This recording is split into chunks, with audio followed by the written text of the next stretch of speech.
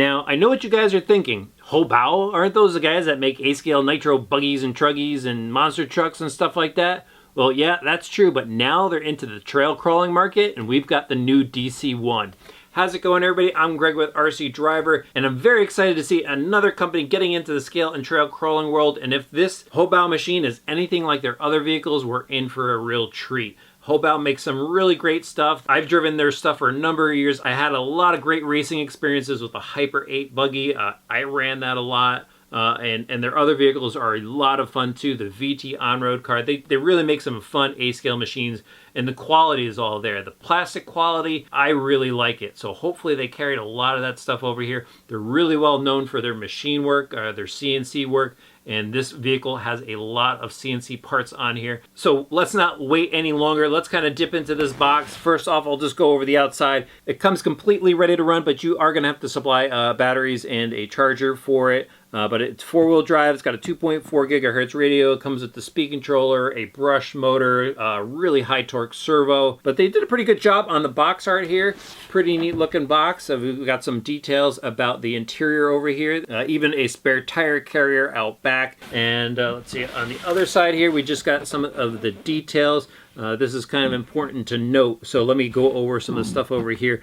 You can actually mount the servo in two different ways. It could be a chassis mounted servo or a axle mounted servos. We've got universal sliding axles, CVDs in the front axles. You can actually adjust the caster on the front from 0 to 30 degrees. We've got CNC shocks, dual pad slipper, 2-speed transmission, high-low, 15-degree slope on the bevel pinion in the axle there. And it's got a lot of promising features on there, but let's just get into this box so we can see a bit more about this vehicle. Off the bat here, we've got the instruction manual. Hopefully things just don't fall out. Instruction manual. Here's the radio system. Here's the body. Slide this out. There we go. And then we've got the truck. A couple other little parts down here. Let me just unbag everything.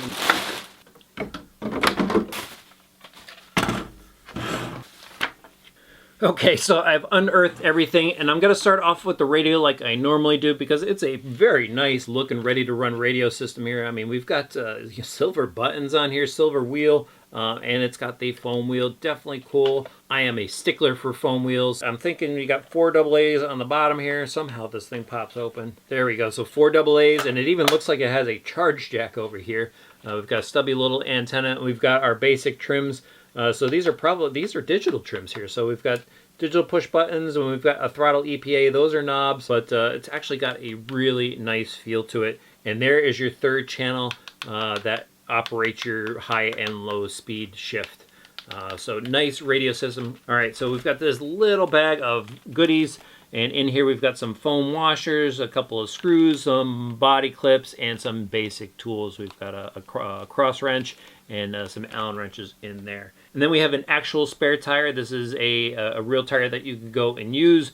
That's actually a must-have nowadays on crawlers. No more faux wheels out there. You have to include a working spare, and this definitely fits the bill. The rim looks pretty neat. I mean, it's okay. It's got the split 5-spoke thing going on. The rubber feels kind of like a medium compound here, maybe more towards the soft side. But it's got a pretty tall sidewall, and it's got some flex, so maybe these large lugs will kind of go and grab some stuff. We'll have to see how that does on the rocks. We've got this wacky orange antenna. Don't know why they included that. I don't think you're going to need to put that in there. And then we've got some basic warranty information, all sorts of stuff going on here. So we've got the instruction manual, kind of breaks everything down. So if you need to go and replace any parts, you can go, check out the manual there. Radio instructions, we've got more electronic instructions, battery instructions, and of course some extra decals here for the body. And as you can see, the body itself is a pretty neat looking body. I would say it's kind of like a Land Rover-ish type of body. It's definitely not a licensed body. I've got some HoBao emblems all over here. But overall, it actually looks like a really neat looking body. Nice metallic finish to the paint, blue metallic. Decals are already on in a number of places here. We've got wiper blades. We've got a rear view mirror stuck to the windshield here. The roof rack looks pretty good. The fender flares actually look pretty nice. They're a pretty stiff material. We've got a snorkel. We've got mirrors. This side trim, this isn't a decal. This is actually a piece here. this trim that runs all the way down, and even the door handles are plastic, so pretty neat on the detail work. And I really do like the look of the grill on this machine. It is a separate piece. Actually, the headlight bezels are a separate piece as well, so this isn't part of the Lexan. This is a molded part, so we've got a molded grill, and the lenses look really nice, clear lenses, and we've got amber lenses over here, so that's got a really nice look to it. We've got red lenses out back. These are actually separate from the body, so they're not using any of the body for the marker light. So for being a nondescript body here, it's got a lot of detail to it. Even a rear wiper. We've got this spare tire rack, and I got to show you this spare tire rack because this is a pretty neat setup, what they've done here. It's got like this little pin going on back here. So this pin slides into the spare tire rack and just kind of secures everything, and then you've got 4 body clips to hold the rest of it together. But that helps get rid of some of that wobble and shift and general body jittering that you get with some other vehicles out there. But overall, it looks pretty cool. And then down below, we've got some wheel wells. So we've seen wheel wells really starting to become the rage in scale and trail crawling here. So it's nice to see they have those. But the body, it does have a little bit of weight to it. Obviously, you know, it's got all this stuff bolted to it. It's got a brace out back for the rear tire setup. And obviously, you know, fender wells out back. And they clear the shock hoops as well. And then here's the interior of it. So we've got interior seats already painted, a brown, and a full dashboard, steering wheel. And there's some decals even already applied to the dashboard to give it a nice cool look. And then even down to, it's got a shifter, plastic shifter in there. And a plastic, I'm guessing like an e-brake handle or whatever. But really neat look. I really like the rear view mirror in the center. That's a nice little touch that they did. All right, so let's put that aside and let's start taking a look at the chassis itself. So the DC1 chassis, it looks pretty interesting. Let's start off with the front. It's got this big front bumper on here, and you know, we've already got some D-rings mounted to the front. It's got a pretty cool look. I do like the brush guard on the front, and the mounts actually look like they might fit aftermarket bumpers as well. But it's definitely got a nice sturdy setup on there. It's all plastic, but what's really sticking out here is the aluminum ladder frame rails here. These are machined aluminum. It's not like a stamped steel like we've seen a number of other companies use. These are machined aluminum, and they've got channels in here, so the cross braces sit in the channels, and really nice, like clear anodized finish to it. It looks very cool, and it should definitely provide for a very rigid frame. Now, what I also really like is the design of these shock hoops here. They have a really nice look to them, and then they've got the body mounts, which are actually nice and solid. They're not super flexible. Obviously, this tall rear one is, but it seems it's much better than just a single post sticking up here and there. So I even like the look of that. But what's kind of sticking out to me here is this shock is on a bit of an angle, and usually we see shocks that are straight up and down. It's got a pretty good feel to it. It kind of feels like a heavyweight oil to here. But what's really nice, it's a CNC aluminum machined shock body, plastic top cap, machined aluminum lower cap here, and the shock shaft looks pretty heavy duty, blue springs, and overall the shock itself looks really nice. I feel there is some air in there at the top, but actually it feels pretty decent, so we'll have to see how it does out there on the rocks. All right, now let me talk about the chassis mounted steering servo. So here's the steering servo right here. If I remember correctly, it's got 252 ounces of torque, so that's pretty good for a ready to run vehicle. But what really stands out is it has aluminum links. So we've got the aluminum steering link here, we've got the aluminum drag link, and we even have a aluminum pan hard bar here. And then we've got a 3-link setup in the front, again all aluminum links, and a 4-link in the rear, all aluminum links. And I'm kind of skipping around a little bit, but that's kind of the flow of the vehicle. Let me get back to the axles themselves. So one thing that really sticks out is the steering knuckle out on the end here has aluminum steering arm plate bolted to it. Really nice to see, rather than like a one-piece plastic type of setup. That's nice, and it's a very thick plate. And then the next thing that pops out is it comes with CV joints for the axles. So no ball and dog bone cup here. This is a nice CV joint, no need to upgrade. And I do see ball bearings in there, so I'm guessing this entire kit comes with ball bearings.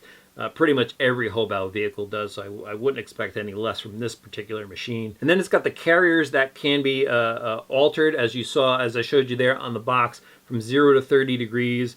And it's not something we typically see often. Everybody's going to like more of a one-piece type of setup, but that adjustment is there. And then it has these brackets that bolt to the axle for the links, and this is where things really kind of get busy on this. I mean, if you take a close look at there's a lot of stuff going on the axle, a lot of hardware on this axle, and you kind of see, it's got the locking nuts on the bottom here that could kind of drag on the ground. I mean, you want really more of a smooth setup, and then the pumpkin itself on the axle, it's kind of got this rigid face to it.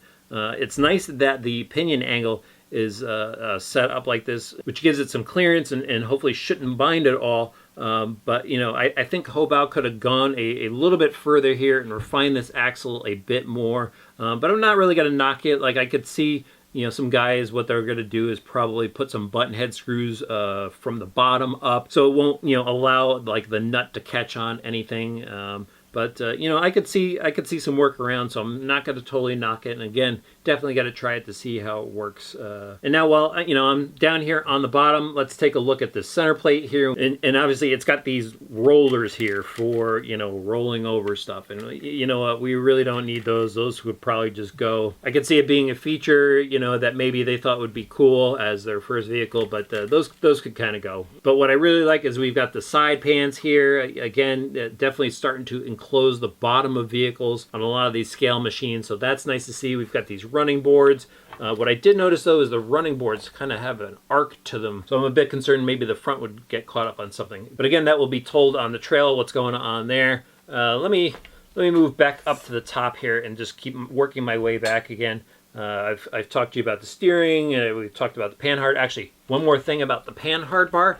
So over here on the mount on this side, it's got this extra steel plate that allows everything to be just more rigid. So it's kind of neat to see that little extra detail. But one thing I did notice, I had this vehicle out of the box before, and it does have some axle lock to it. So because of the angle, they've got this panhard bar on a pretty extreme angle.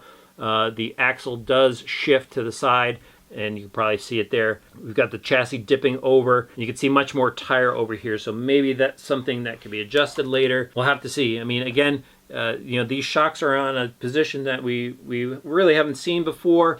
They're over here on the knuckle, where typically we see the shock mounted lower where the link is on some other vehicles. Maybe HoBao knows something we don't know. Maybe it'll work out just fine, so I'm not going to knock anything there yet.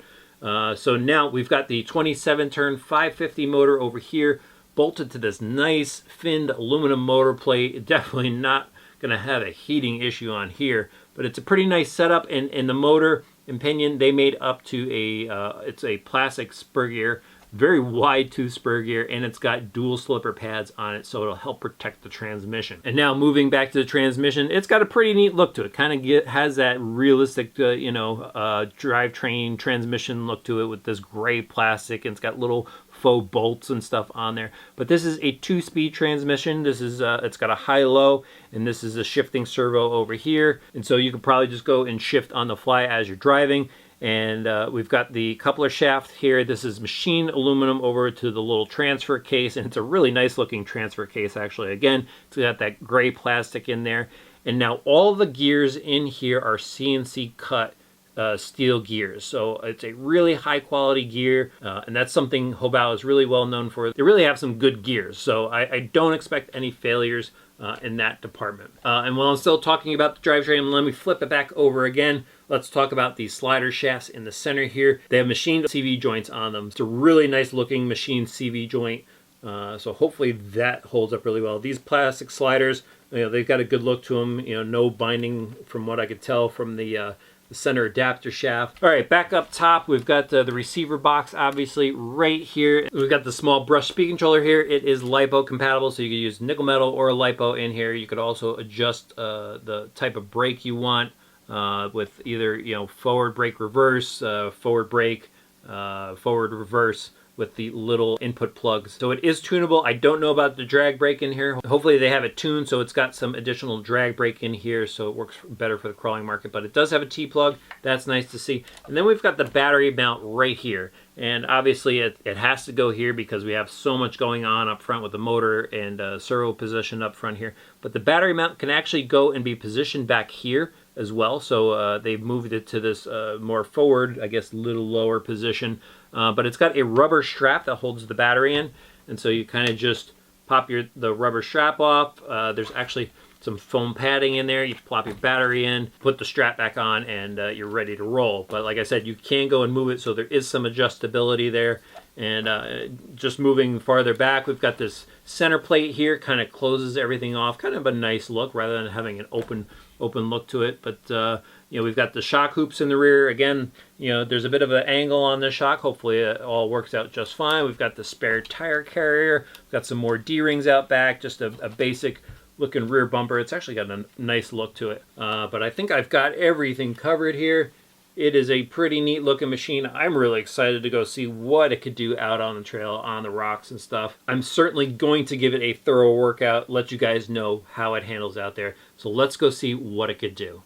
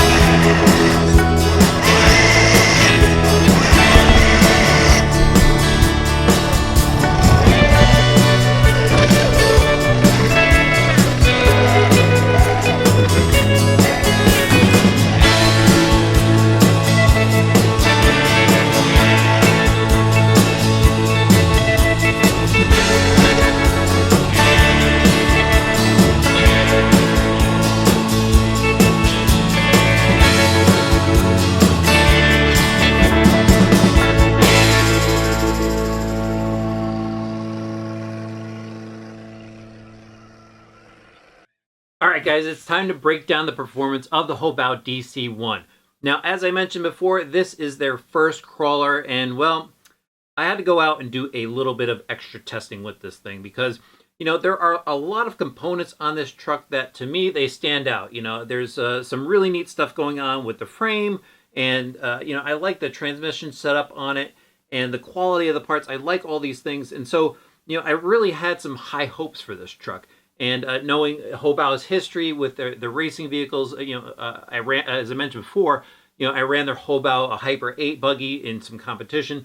You know, I really thought that this thing was going to shine. But I think they fell a little bit short here on their first crawler. And, you know, before I get too deep into it, let me throw this at you. So basically, if you're going out to have fun with a trail crawler type of machine, that's the type of experience that you want to get. You know, you like the look of this machine. You're just going to go have fun in your backyard. maybe take it to a park or two where there's some well-beaten paths and drive this thing in front of you while you're out for a hike or something like that, I think it's going to do just fine.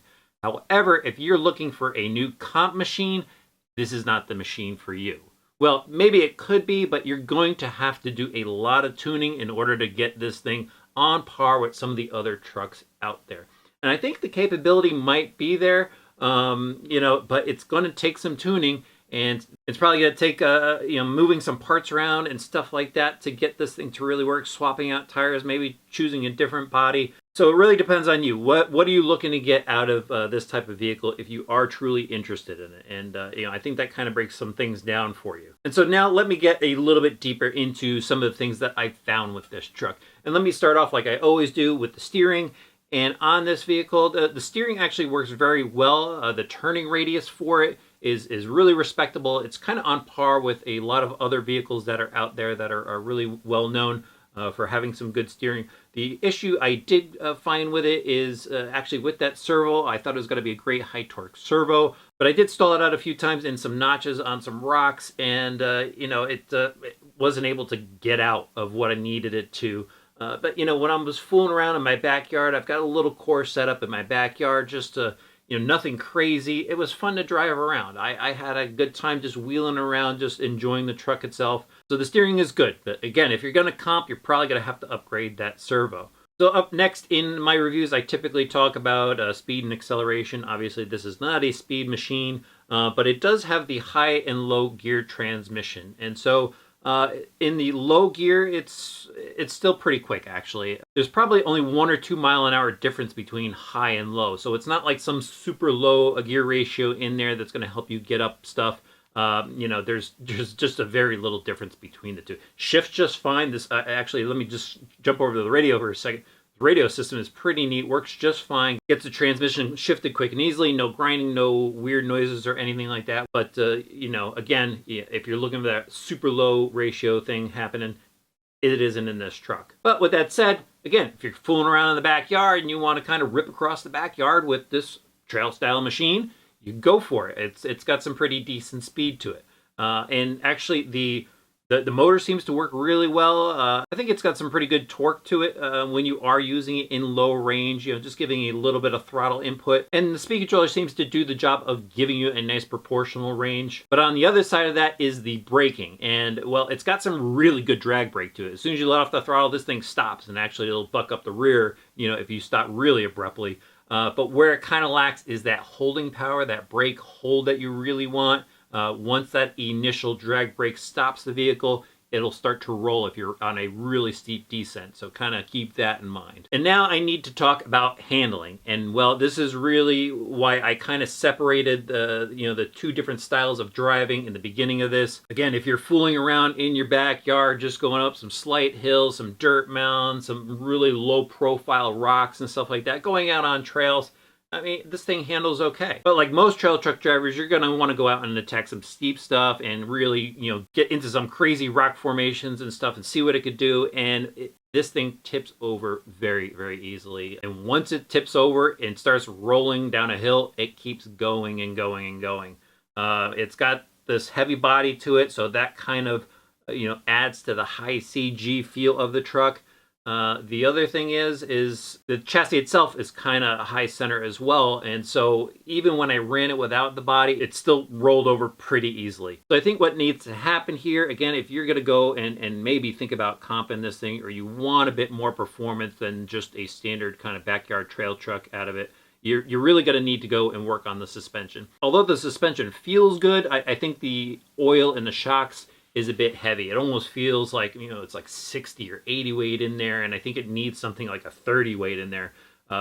When I go over the rocks, you could just see that the suspension isn't, working. If the right wheel is on a rock, the left wheel is up in the air, and it's just not giving that articulation that it needs. The chassis isn't maintaining a level attitude, and so some work needs to be done. Mentioned earlier in the overview, it's got that axle walk to it, or the chassis shift. I'm sure that a comp driver could probably feel that change going on in the front end of the vehicle. That might hamper what I'm feeling a little bit when I'm driving this thing. But again, I think it needs at least some suspension work. And I did go ahead and I kind of started moving some of the shocks around a bit, and I know you could stand them up, and of course you could change the oils in there and maybe move the links around. I think maybe working on the panhard bar angle a little bit might help to prevent that shift. But these are all things that, if you want to go out and go in some sort of comp, you would have to do to this machine. But it's still got kind of a high CG thing going. Maybe you could go and move the battery somewhere, maybe use a smaller pack on the 2 lower pans or something like that. You would have to get creative. And then I want to throw in there the factor of traction. Obviously, I want to talk about these tires that are on there. They're kind of really more of a street tire. Like, it's kind of like your average everyday street tire on a real SUV that never sees off-road. It just doesn't work really well grabbing onto the rocks. Those lugs are way too big. I have some Hyrax tires, actually some Proline Hyrax tires. I'm going to try some 4.19s on here, see if that does anything, maybe drops it down a little bit, because these are a pretty high tire. And I do want to try a lighter weight body on it and move some things around. And I'm a tinkerer, so I want to go and play with this thing. Again, I like some of the details on here, some of the quality of the components. So I think something can be done there to make it a lot more fun for someone that's looking to get more out of a trail truck. But at the very least, if you're just messing around in the backyard, you really like the look of this machine, which it's got a unique look to it. It looks kind of cool. It's got all this, extra details on it. Then go for it. It certainly could be a lot of fun. But back to the performance, let's talk about the axles. Actually, I did want to mention the axles. They've got a lot of sharp edges on them. They've got the hardware hanging down. And yes, I did notice that stuff catching up on the rocks and on the obstacles that I was going over. That's another concern to be aware of. You might want to go, again, with that button head hardware that I was talking about, even on the front of the pumpkin of the axle. Just because I could see that the cap head screws were catching on things. And now finally, that leaves durability. And I only encountered one problem with the truck while I was driving it, and I put a number of battery packs on it. My first run out with the vehicle, the screw fell out of the servo horn that attaches to the link, and so I was out for the rest of that day. I had to drive back home because I didn't have any tools or extra hardware with me to put that back together. And I did notice there was no Loctite in the ball in there, so maybe you might want to go through this truck and add some Loctite. But other than that, it took a lot of tumbles, a lot of rolls, and the body's kind of scratched up, but nothing else seems to have broken on there. I didn't encounter any drivetrain issues, no overheating, so everything else appears to be fine with the vehicle. I like the radio system. It's pretty comfortable. And overall, again, I keep repeating myself, I could see it being fun for the guy that just wants to mess around with a trail truck and they really like the look of this machine. But if you want to go out and comp the thing, just keep in mind, you're probably going to spend a lot of time at the workbench working on tuning. All right, everyone, as usual, I appreciate you clicking on our video and checking it out. Please hit that subscribe button, the notifications bell. I'm actually going to have some more detailed photos of this over on rcdriver.com, so make sure you head over there as well. If you have a comment or question, it goes in the section below, and of course, please throw the video a like.